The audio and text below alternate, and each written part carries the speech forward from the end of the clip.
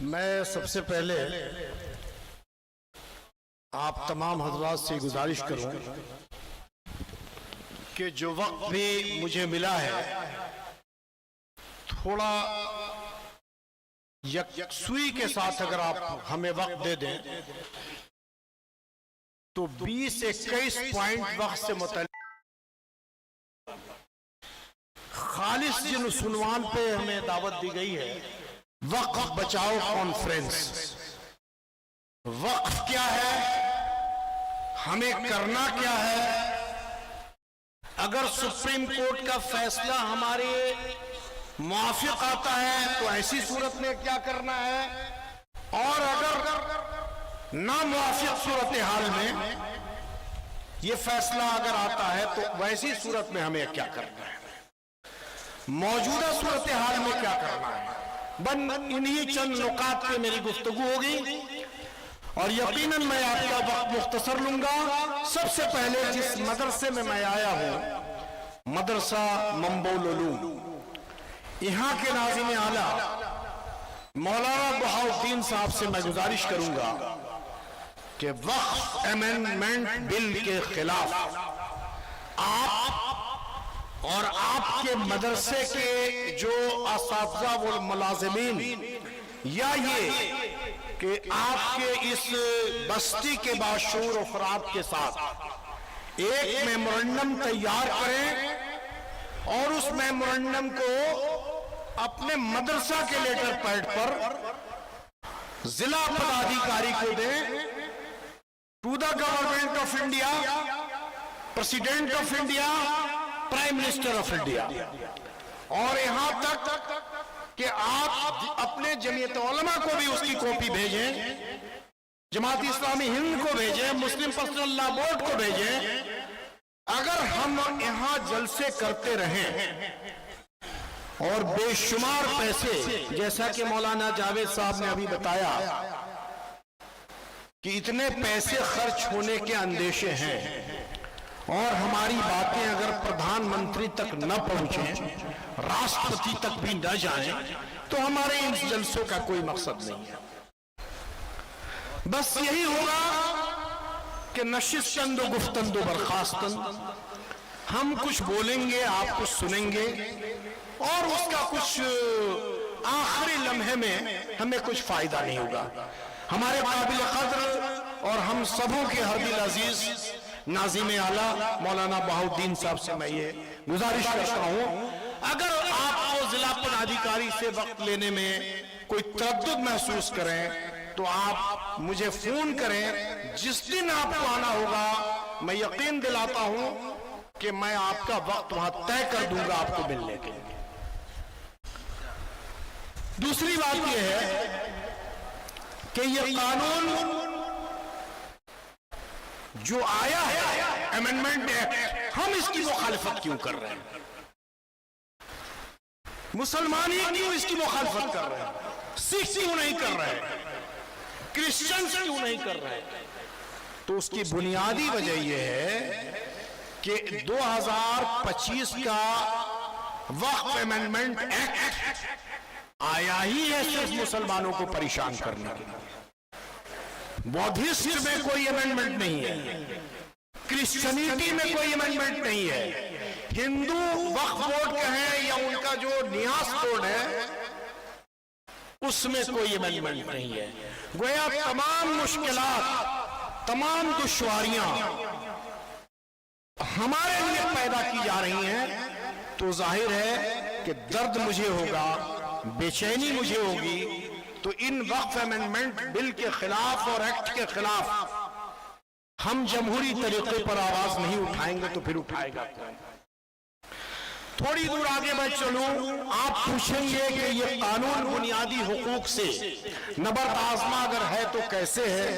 تو ہمارے پڑھے لکھے لوگوں کا باشعور طبقہ یہاں موجود ہے۔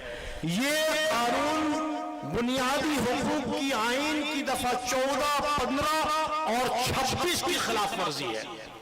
دستور ہند کی کاپی آپ کے ویب سائٹ پہ موجود ہے، آپ اپنے موبائل پہ گھر جا کے دیکھیں گے کہ آرٹیکل 14، 15 اور 26 میں کیا حقوق دیے گئے ہیں، اور جب اس آرٹیکل کو امینڈمنٹ کی موجودہ صورتحال میں تقابلی مطالعہ جب کریں گے تو لگے گا کہ ہمیں اس کی خلاف ورزی کرنی ہر صورت میں لازم ہے۔ غیر مسلم کو وقف میں بورڈ میں شامل کرنے کی سازش، اور اس سازش کو میں 2 جملے میں واضح کروں کہ وقف بورڈ کا ضلع میں بھی ایک سرکاری ممبر ہوں، اس میں 22 ممبر ہوتے ہیں۔ سرکار جو ایک نیا قانون لے کر آئی ہے اس میں یہ کہہ دیا ہے کہ 22 میں 13 غیر مسلم ہوں گے، اور 2 الگ سے بھی سرکار کو یہ اختیار ہے کہ وہ غیر مسلم کو لے لے، گویا کل ملا کے آپ 8 رہ جائیں گے وقف بورڈ کے ممبر میں۔ ایسی صورت میں بالکل اسی وقفی پہ بات کروں گا، ایک جملے کہیں ڈیویٹ نہیں ہوں گا میں۔ اب ایسی صورت میں ذرا ایک کہ جہاں 22 میں 14 وہ ہوں گے اور 8 کی تعداد آپ کی ہوگی، تو فیصلہ کوئی کیسے کر پائے؟ جو ان کا فیصلہ طے ہوگا وہ آپ پر تھوپ دیا جائے گا، اسی لیے ہم اس کی مخالفت کر رہے ہیں۔ ہم اس کی مخالفت اس لیے بھی کر رہے ہیں کہ 5 سال تک جو مسلمان مذہب اسلام پر عمل پیرا ہوگا وہ کر سکتا ہے اپنی زمین اور جائیداد کو وقف۔ اب ذرا بتائیں کہ یہ کون طے کرے گا؟ مولانا بہاؤالدین صاحب طے کریں گے کہ اس بستی کا کون آدمی 5 سال سے مستقل روزہ، نماز، حج، زکات کا پابند ہے؟ یہ غلط ہے، یہ ہم پر ظلم کیا جا رہا ہے۔ کوئی کسی کی اسلامی پاسداری، وقار، عظمت اور اس کی صالحیت کا پتہ نہیں لگا سکتا، وہ جانتا ہے اور اللہ جانتا ہے۔ گورنمنٹ آف انڈیا نے یہ شرط لگائی، اس قانون نے یہ شرط لگا دی کہ 5 ایئرس پریکٹیسنگ مسلم شرط کر دیا اس میں۔ اب بتائیے مولانا نظر المبین صاحب طے کریں گے کہ ڈھاکہ میں کون 5 سال سے قابل اور باصلاحیت اس کے ساتھ اسلامی اصولوں کی پاسداری کرنے والے مسلمان، وہی مسجد میں نان کرے گا؟ غلط ہے یا نہیں؟ بالکل غلط ہے۔ ہم اس لیے وقف امینڈمنٹ کی مخالفت کرنا ہے۔ اب ایک چیز اور میں بتاؤں، میرے سامنے بڑا باشعور طبقہ بیٹھا ہے، آپ ذرا بتائیں کہ پہلے بورڈ ہوا کرتا تھا اور بورڈ فیصلہ لیتا تھا، اب یہ ہے کہ اگر آپ کو زمین رجسٹری کرنی ہے وقف بورڈ کو تو ضلع کلکٹر سے پہلے رجسٹریشن فارم پہ پرمیشن لینا ہوگا۔ یہ اب ضلع کلکٹر صاحب دے دیں گے ڈپٹی کلکٹر کو کہ پتہ تو کیجئے کہ ڈھاکہ میں مولانا نظر المبین صاحب کی زمین صحیح ہے یا نہیں۔ اب اس پیچیدگی میں ان کی اگر زمین پھنس گئی تو گورنمنٹ کو یہ اختیار حاصل ہے کہہ دینے کے لیے کہ نہیں، یہ وقف میں رجسٹرڈ زمین نہیں ہوگی، یہ لیٹیگیٹڈ لینڈ ہے، یہ ڈسپیوٹڈ ہے، یا یہ کہے کہ یہ متنازعہ بھومی ہے۔ اب آگے آئے کہ ضلع کلکٹر کو بھی یہ اختیار دے دیا۔ ڈسٹرکٹ کلکٹر کس کا ہوتا ہے؟ اہل علم یہاں بیٹھے ہوئے ہیں، سرکار کا ہوتا ہے۔ تو جو فیصلہ ضلع کلکٹر کرے گا وہی سرکار مانے گی۔ اور کون سے کلکٹر صاحب ایسے آئیں گے کہ ممبولول مدرسہ کو سامنے بیٹھے ہوئے ہمارے اگر دان کر رہے ہوں 5 کٹھا زمین تو بتا دیں گے کہ لاؤ بھائی رجسٹری، اور میں دیکھتا ہوں پیپر وغیرہ 100% ٹھیک ہے، جاؤ۔ آپ اپنے مدرسے میں بھی رجسٹرڈ اگر کرانا چاہتے ہیں یعنی زمین لکھانا چاہتے ہیں تو مشکلیں درپیش ہیں، اس لیے میں مخالفت کر رہا ہوں وقف امینڈمنٹ کا۔ اب آئیے وقف جائیداد کے لیمیٹیشن کا ہٹانا۔ لیمیٹیشن کیا ہے؟ گورنمنٹ نے جو نیا قانون لایا ہے یہ لیمیٹیشن یہ ہے کہ 12 سال تک آپ کی زمین پر کوئی غیر اگر قابض ہے اور آپ چلے جاتے ہیں مقدمہ دائر کرنے، مقدمے کی بھی صورت بدل دی ہے اس نے۔ پہلے ٹریبیونل ہوا کرتا تھا، پری ट्रिब्यूनल को हटा दिया इसने। अब ट्रिब्यूनल में हाई कोर्ट के जज हुआ करते थे, अब ये इन्होंने कह दिया कि नहीं, कुछ नहीं, डीएम साहब फैसला करेंगे कि आपकी जमीन कैसी है। यकीनन उनका फैसला क्या होगा, मैं इसलिए उसकी मुखालफत करता हूं। ज़बानी वक़्फ़ का कानून जिसे आप कह रहे हैं वो खत्म कर दिया गया। वक्फ की दो सूरत होती है, दान कोई भी आदमी करता है, ये मदरसे में करे, मस्जिद में करे, तो दान की दो सूरत होती है। पहली सूरत तो होती है कि रिटन हो, तहरीरी, और दूसरी सूरत है कि जबानी। तो जबानी सूरत को सरकार ने खत्म कर दिया इस कानून के हवाले से। आपके जबानी दान को सरकार नहीं मानती। अगर आपने 200 साल पहले आपके आबा व अजदाद में कब्रिस्तान में जमीन दे दी, मदरसे में जमीन दे दी, और फिर ये वो दान की जमीन को रजिस्टर्ड नहीं किया, तो वो जमीन सरकार की हो गई इस कानून के मुताबिक। दो जुमले और मैं आपको जोड़ूं कि अभी जितने लोग यहाँ सामने बैठे हैं, यकीनन मैं समझता हूं कि समाज के जिंदा दिल लोग हैं और बाशऊर लोग हैं। मेरा ये पैगाम है, एक मैसेज है कि आप यहां से अगर उठें तो आपकी बस्ती में ये पता करें कि क्या मस्जिद की जमीन रजिस्टर्ड है या नहीं, कब्रिस्तान की जमीन रजिस्टर्ड है या नहीं, क्या मदरसे की जमीन लिखी हुई है या नहीं बाज़ाब्ता कोर्ट से। अगर नहीं है तो कल से कागजात की हुसूलियाबी में लग जाएं और जितनी जल्दी हो सके गांव से चंदे इकट्ठे करके जलसों में खर्च न करें, उस जमीन को निकालने में खर्च करें। जलसे तो बहुत हो जाएंगे, अगर जमीन आपकी नहीं लिखी गई तो यकीनन आपकी गर्दन पे वक्त अमेंडमेंट एक्ट की तलवार लटकती हुई नहीं, बल्कि उस तलवार से आपकी गर्दन कटती हुई दिखाई देगी। और इसे बचाने के लिए हमें अपने मदारिस, मकातिब, मज़ारात, दरसगाहें, दरगाहें, और ये कि जो भी आपके असासे हैं, स्कूल, कॉलेज, मदरसे, अस्पताल, अगर आपने दान किया है तो यकीनन आप जाकर के कल से लग जाएं और अपने अगल बगल में पता करें। ये हमारे आज के इस वक्फ कॉन्फ्रेंस का एक अच्छा पैगाम जाएगा। एक दो पॉइंट और है, वो मैं जब पढ़ रहा था तो हजरत अली करमुल्लाह वजहो का, हजरत अली रजी अल्लाह ताला अन्हु का एक कौल है, वो मुझे मिला तो मैंने उसे नोट कर लिया। हजरत अली रजी अल्लाह ताला अन्हु का कौल है कि जो कौम अपने हुकूक की हिफाजत नहीं कर सकती वो कौम गुलाम बना ली जाती है। क्या मैं फिर से दोहराऊं इसको? और क्या आप ज़हनी तौर पर, अखलाकी तौर पर, सियासी तौर पर गुलाम बनाए जा रहे हैं या नहीं? यकीनन आपके ज़हन और दिल को गुलाम बनाया जा रहा है।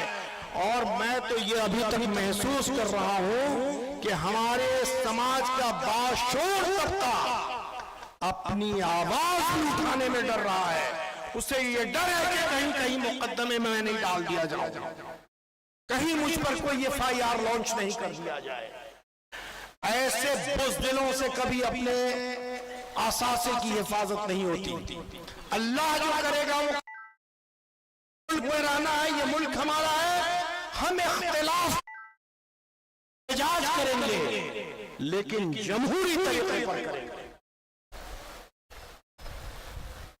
आगे एक कानून की जो दो चीजों में, एक ट्रिब्यूनल की जो मैंने बात कही थी, अदालत ने हमें फैसला देने का और अदालत में हमें जाने का, अदालत में रुजू करने का हमें हक है, लेकिन इस कानून ने यह हक हमसे छीन लिया है।